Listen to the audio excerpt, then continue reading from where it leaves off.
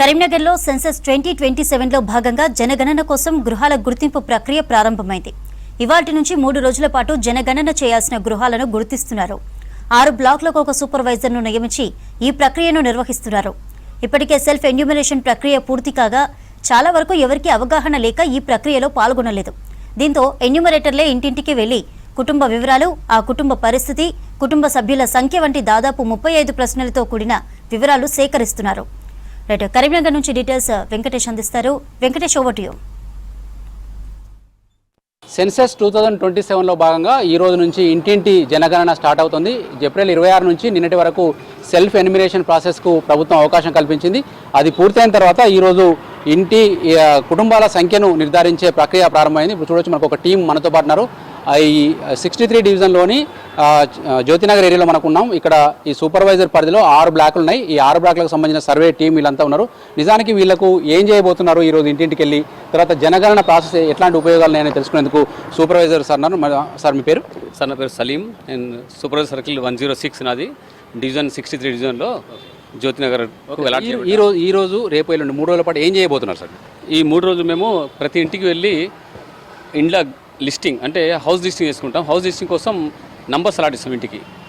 ఇంటికి ఒక నంబర్ ఆడిస్తాం. అందులో ఉన్న కుటుంబాల సంఖ్యను రాస్తాం. తెలియజేసుకుంటూ ప్రతి హెచ్ఎల్బిలో ఉన్న ప్రతి ఇంటిని కవర్ చేస్తాం ఈ 3 రోజులు.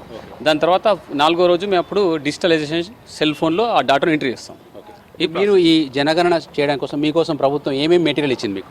మాకు కిట్ ఇచ్చింది. అందులో హ్యాండ్ బుక్, మరి ఒక ప్యాడ్, మరియు అందులో మార్కర్స్, పెన్సిల్, రబ్బర్, ఏమైతే దీనికి అవసరం ఉన్నాయో అన్ని మెటీరియల్స్ అందజేయడం జరిగింది. దాంతోపాటు మాకు గుర్తింపు కార్డు మరియు ఒక క్యాప్, ఎందుకంటే ఎండలు బాగున్నందులో ఒక క్యాప్ ఇవ్వడం జరిగింది సౌకర్యాల కోసం. ఒక ప్యాడు మరియు పెన్సిల్ మరియు హ్యాండ్ బుక్, ఒక ఐడి కార్డు విత్ స్కానింగ్. ఎందుకంటే ఈ గుర్తింపు కార్డుతో దానిపైన స్కానర్ క్యూఆర్ కోడ్ ఉంటుంది. ఆ క్యూఆర్ కోడ్ ద్వారా ఆ ఇంటోళ్ళు తెలుసుకోవచ్చు వీళ్ళు నిజమైన వాళ్ళ లేకపోతే ఏమైనా ఫేక్ వాళ్ళు ఈ మధ్య చాలా జరుగుతున్నాయి. కాబట్టి ఆ కోడ్ కూడా ఇవ్వడం జరిగింది. ఓకే, మీరు ఇంటికి వెళ్ళి చూపెట్టి వాళ్ళు అడగచ్చు. ఓకే, మీరు ఇళ్ళని ఎట్లా గుర్తుంది సార్? మీకు మ్యాప్ లాంటిది ఇచ్చారు? మాకు ఒకటి లేఅవుట్ మ్యాప్ ఇచ్చారండి. ఇది నా సూపర్వైజర్ సర్కిల్ మ్యాప్. ఇది ఇందులో 6 బ్లాకులు ఉన్నాయి. ఒక్కొక్క యూనిట్ ఒక్కొక్క బ్లాక్ కేటాయించి వాళ్ళకి సంబంధించిన మ్యాప్ ఇచ్చారు. ఇది 21 మ్యాప్ ఉంది చూడండి సార్. దీనికి సంబంధించిన మళ్ళీ క్లియర్గా ఇంకో ఒక బ్లాక్ 21 యూనిట్ ఈ విధంగా బ్లాక్ కేటాయించడం జరిగింది. వాళ్ళని ఎప్పుడు నార్త్ వెస్ట్ నుంచి స్టార్ట్ చేసి మళ్ళీ వాళ్ళు నార్త్ వెస్ట్గా వచ్చేస్తారు. ఎన్ని ఇళ్ళు ఉంటాయి సార్ సర్వే చేయాల్సినవి? ఇప్పుడు దాదాపు మనకు ఆర్డర్ ప్రకారం అయితే 120 నుంచి 180 వరకు అని చెప్పారు. కానీ అన్నీ లేవు సార్, ఎందుకంటే అపార్ట్మెంట్స్ అలాంటివి బాగా వచ్చినాయి. కాబట్టి మాకు ప్రస్తుతం అయితే 92 ఏమో వచ్చినాయి సార్. 82, 92 రకరకాలుగా వచ్చినాయి. ఇప్పుడు మీరు ఇంటికి వెళ్ళి కుటుంబ యజమానిని ఏమేమి ప్రశ్నలు అడగబోతున్నారు సార్? అందులో 34 ప్రశ్నలు ఉన్నాయి సార్. 34 ప్రశ్నల్లో ఫస్ట్ వాళ్ళ ఇంట్లో ఉన్న ఫ్లోరింగ్, తర్వాత గోడలు మరియు పై కప్పు దేంతో నిర్మించబడ్డది, దాని తర్వాత వాళ్ళ ఇంట్లో ఉన్న మంచినీటి సౌకర్యం ఏముంది, మరి వాళ్ళు వాడే వంట కోసం వాడే ఫ్యూయల్ అంటే ఇంధనం ఎల్పిజియా, కట్టెనా, ఇనుకనా, ఏదే అటువంటి. అంతేకాకుండా మురుగుదొడ్లు అంటే టాయిలెట్స్, లాట్రిన్స్ ఏ విధంగా ఉన్నాయి, బాత్రూమ్ ఉందా, అంతేకాకుండా టీవీ ఫెసిలిటీ ఉందా, వాళ్ళకి వెహికల్ ఫెసిలిటీ ఉందా, దంపతుల సంఖ్య, అందులో మ్యారీడ్ కపుల్ సంఖ్య, వాళ్ళ క్యాస్ట్, ఎస్సీ, ఎస్టీ, వాళ్ళ అదర్స్, ఈ విధంగా అన్ని 34 అంశాలు ఉన్నాయి సార్. దాని లాస్ట్ చివరగా వాళ్ళకి ఫోన్ నెంబర్ కూడా దాన్ని ఎంటర్ చేసి మేము ఫైనల్ చేస్తాం. మీరు చెప్పండి సార్, మీరు ఈ సూపర్వైజర్ సెక్షన్ కింద మీకు ఏ బ్లాక్ వచ్చింది సార్? నాకు 623 వచ్చింది సార్. 623 బ్లాక్. నేను ఈరోజు నుండి ఇక్కడ నాకు నార్త్ ఈస్ట్ కార్నర్ నుంచి స్టార్ట్ చేయడం జరుగుతుంది. ఇలా వెళ్ళి చివరికి మొత్తం ఇంటింటికి తిరిగి సిఎన్ అంటే హౌస్ నంబర్స్ వేసుకొని దాంట్లో ఉన్న ఫ్యామిలీలను దాంట్లో మనకు హౌస్కు ముందర మనకు మార్కింగ్ చేసుకొని ఒక మ్యాప్ ఇలా గీయడం జరుగుతుంది సార్. ఇలా గీసుకోవడం జరుగుతుంది.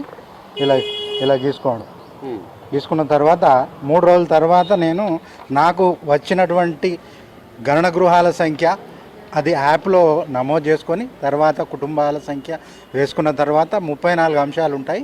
ఆ 34 అంశాలు ఇంటి యజమానులను కానీ కిరాయిదారులను కానీ అడుగుకుంటూ ముందుకెళ్ళి. జనగణన అనేది చాలా ఛాలెంజ్తో కూడుకున్న ప్రక్రియ. ఇంటికి వెళ్ళిన తర్వాత కొంతమంది సహకరించకపోవచ్చు, తర్వాత మేము కారు ఉంది అది ఉందని చెప్తే మాకు ఏమైనా రేషన్ అట్లాంటి కట్ అయితే అని ఒక అపోహలు ఉంటాయి.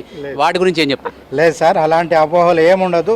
దేశం అభివృద్ధి చెందాలంటే దేశం దగ్గర ఎంతమంది పౌరులు ఉన్నారు, ఉదాహరణ కరోనా వచ్చింది మొన్న, ఎంతమంది ఈ వయసు వాళ్ళు ఉన్నారు, వాళ్ళకి ఎన్ని వ్యాక్సిన్లు అవసరము, అలాంటిది ఏమన్నా విపత్తు సంభవిస్తే అలాంటి ప్రభుత్వం దగ్గర సమాచారం కొరకు మాత్రమే ఈ ప్రజల నుండి వివరాలు సేకరించడం జరుగుతుంది. దీనికి ప్రజా పంపిణీ వ్యవస్థకు కానీ అంటే ఉన్నది తీసేయడం కానీ లేనిది ఇవ్వడం జరుగుతుంది. అలాంటివన్నీ కూడా అపోహలు ఏమొద్దు సార్. మా ప్రజలు కూడా సహకరించాలని మీ మీడియా ద్వారా మేము కోరుకుంటున్నాం సార్. మిగతా మహిళా ఎన్యూమరేటర్స్ ఉన్నారు. మేడం, మీకు ఈ ట్రైనింగ్లో ఏమేమి చెప్పారు, మీరు ఇంటికి వెళ్ళి ఏం చేయబోతున్నారు? ట్రైనింగ్లో 33 అంశాల గురించి చెప్పడం జరిగింది. ఇంటికి వెళ్ళి మేము ఆ అంశాల గురించి అడిగి డిజిటల్ ఇప్పుడు ఈ ఇయర్ కొత్తగా డిజిటల్ గణన జరుగుతుంది. అందరినీ వివరాలు తెలుసుకోవడం జరుగుతుంది. ఇంటి వివరాలు అంటే ఏమీ లేదు, అంటే ఇంట్లో పరిస్థితి అంతే. మేము ఆధార్ కార్డు కానీ పాన్ కార్డు కానీ ఏది కూడా మాకు సంబంధం లేదు కాబట్టి అవన్నీ ఏవి అడగం మేము ఇప్పుడు. కాబట్టి ఇంటి పరిస్థితి, నేల పరిస్థితి, బాత్రూమ్లు, ఇంట్లో సభ్యులు, వాళ్ళ కులము అంతకు మించి మేము ఎక్కువ ఏమో అడగము. చాలా అదే ఇంట్లో ఉన్నారనుకోండి, వాళ్ళు ఎట్లా చెప్పాలి?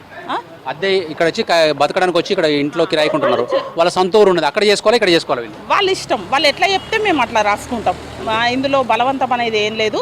వాళ్ళు ఇక్కడ చెప్తే ఇక్కడ రాసుకుంటాం. మొత్తం అంతటా అవుతుంది, ఇండియా మొత్తం అవుతుంది కాబట్టి ఎక్కడ జరిగినా కానీ చేసుకోవచ్చు. వాళ్ళు అక్కడ రాసుకుంటా అంటే వాళ్ళ ఇష్టం, ఇక్కడ రాసుకుంటా అంటే మేము రాసుకుంటాం. ఒక ఇంట్లో 5-6 సభ్యులు అనుకో, మీరు వెళ్ళినప్పుడు వాళ్ళు ఉండాలా, ఒక్కళ్ళున్నా సరిపోతుందా? ఒకరున్నా సరిపోతుంది, అందరి వివరాలు చెప్పినా సరిపోతుంది మాకు. వాళ్ళు ఎట్లా చెప్తే అట్లా రాసుకుంటాం. ఇందులో బలవంతం ఏం లేదు, భయపడాల్సిన అవసరం కూడా ఏం లేదు. మీ పరిధిలో సెల్ఫ్ ఎన్యూమరేషన్ పూర్తయిన ఎన్ని అని మీకు ఇప్పుడు డాటా ఉందా మీ దగ్గర? డాటా ఇప్పుడు వచ్చింది, చూసుకుంటాం. ఇవాళనే మొదలు కాబట్టి మేము ఒకసారి ఇవాళ చెక్ చేసుకుంటాం ఎంతమంది వచ్చిందనేది. రాని వాళ్ళది కూడా ఒకసారి చూసుకొని మేము అందులో నంబరింగ్ అయితే ఇవాళ వేసుకుంటాం ఒక 3 days. పథకాలు అమలు చేయాలన్నా, లేకుంటే ఎంతమంది పేదలు ఉన్నారు, ఎంతమంది నిరుద్యోగులు ఉన్నారు, వాళ్ళకు ఇల్లు ఉందా లేదా, ఇట్లాంటి వివరాలన్నీ కూడా ఈ జనాభా లెక్కల ద్వారా తెలియబోతున్నాయి. కాబట్టి ప్రజలు కూడా వీళ్లకు పూర్తిగా సహకరించాల్సిన అవసరం అయితే ఉంది. వీళ్ళు చెప్తున్నారు ఏంటంటే, ఇప్పుడు వీళ్ళందరికీ ఒక ఐడెంటిటీ కార్డు ఇచ్చారు. ఐడెంటిటీ కార్డు మీద స్కానర్ ఉంది. ఎందుకంటే ఇదే అదనుగా దొంగలు కూడా రెచ్చిపోయి మేమే జనాభా లెక్కలకు వచ్చిన చెప్పి మోసగించే పరిస్థితి కూడా ఉంటుంది. అట్లాంటి పరిస్థితి లేకుండా ప్రభుత్వం కూడా చాలా చర్యలు తీసుకుంది. ఇంటికి వచ్చిన వాళ్ళు కూడా వీళ్ళ దగ్గర ఐడెంటిటీ కార్డు చెక్ చేసి వాళ్ళని అలౌ చేసి పూర్తి వివరాలు చెప్తే బాగుంటుందని చెప్పి సూచిస్తూ ఉన్నారు. కెమెరామెన్ కవికుమార్తో వెంకటేష్, V6 న్యూస్, కరీంనగర్ జ్యోతినగర్ నుంచి.